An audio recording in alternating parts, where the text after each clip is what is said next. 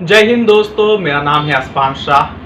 भारत का पूर्वोत्तर राज्य मणिपुर, जहां शायद ही कभी हिंसक घटनाएं घटी, परंतु पता नहीं किसकी नजर इस राज्य पर लगी कि जहां पिछले कुछ दिनों से जातीय हिंसा की वजह से कई जिले पूरी तरह से जल रहे हैं। मणिपुर में हुई जातीय हिंसा में मरने वालों की संख्या को लेकर पहली बार आधिकारिक आंकड़ा जारी किया गया है, जहां पर राज्य सरकार के नए सुरक्षा सलाहकार ने बताया कि मणिपुर में 3 मई से अब तक जातीय संघर्ष में कम से कम 30 लोगों की मौत हो गई है। हालांकि अपृष्ट रिपोर्टों में इस गिनती को 100 से अधिक बताया गया है। इसके अलावा हिंसा में 200 से अधिक घायल हुए हैं। वहीं इंफाल घाटी में रविवार को जनजीवन सामान्य होता नजर आया, क्योंकि दुकानें और बाजार फिर से खुले दिखाई दिए, सड़कों पर गाड़ियों की आवाजाही दिखाई दी। उधर केंद्रीय मंत्री किरण रिजिजू ने पूर्वोत्तर राज्य में शांति की अपील के साथ साथ जातीय समुदाय के बीच एक संवाद शुरू करने की अपील की। हिंसा प्रभावित मणिपुर के चुराचांदपुर जिले में रविवार सुबह कर्फ्यू में 3 घंटे की ढील दी गई।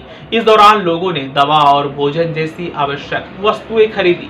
दंड प्रक्रिया संहिता की धारा 144 के तहत लगाए गए कर्फ्यू में सुबह 7 बजे से सुबह 10 बजे तक ढील दी गई। इससे पहले शनिवार को भी दोपहर 3 बजे से शाम 5 बजे तक 2 घंटे की ढील दी गई थी।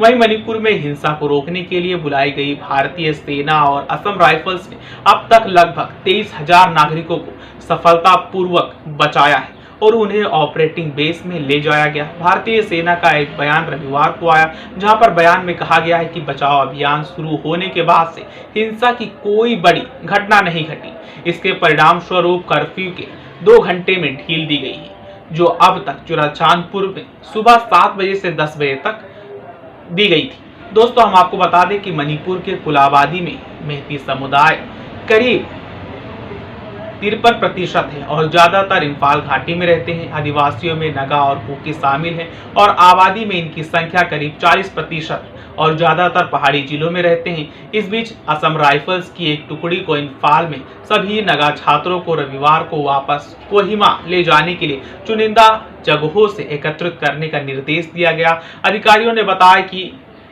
आधिकारिक मृतक संख्या 54 है, जिनमें 16 शव चुराचांदपुर जिले अस्पताल के मोर्चरी में रखे गए हैं, जबकि 15 शव इंफाल पूर्वी जिले के जवाहरलाल नेहरू आयुर्वेदिक संस्थान में रखे गए हैं। अधिकारी ने कहा कि इंफाल पश्चिम जिले के कौंफुल में क्षेत्रीय चिकित्सक आयुर्विज्ञान में 23 लोगों की मारे जाने की सूचना मिली है। वहीं पुलिस ने बताया कि चुराचांदपुर जिले में शुक्रवार रात 2 अलग अलग मुठभेड़ों में 5 उग्रवादी मारे गए हैं और इंडिया रिजर्व बटालियन के 2 जवान घायल भी हुए हैं। पुलिस ने बताया कि चुराचांदपुर जिले के सैटन में सुरक्षा बलों और उग्रवादियों के बीच एक मुठभेड़ हुई, जिसमें 4 उग्रवादी मारे गए हैं। पुलिस ने बताया कि टोरबंग में उग्रवादियों ने सुरक्षा बलों पर गोलियां चलाई, जिसके चलते सुरक्षा बलों को जवाबी कार्रवाई करनी पड़ी। पुलिस ने बताया कि जवाबी कार्रवाई में एक आतंकवादी मारा गया है और IRB के 2 जवान घायल हो गए हैं।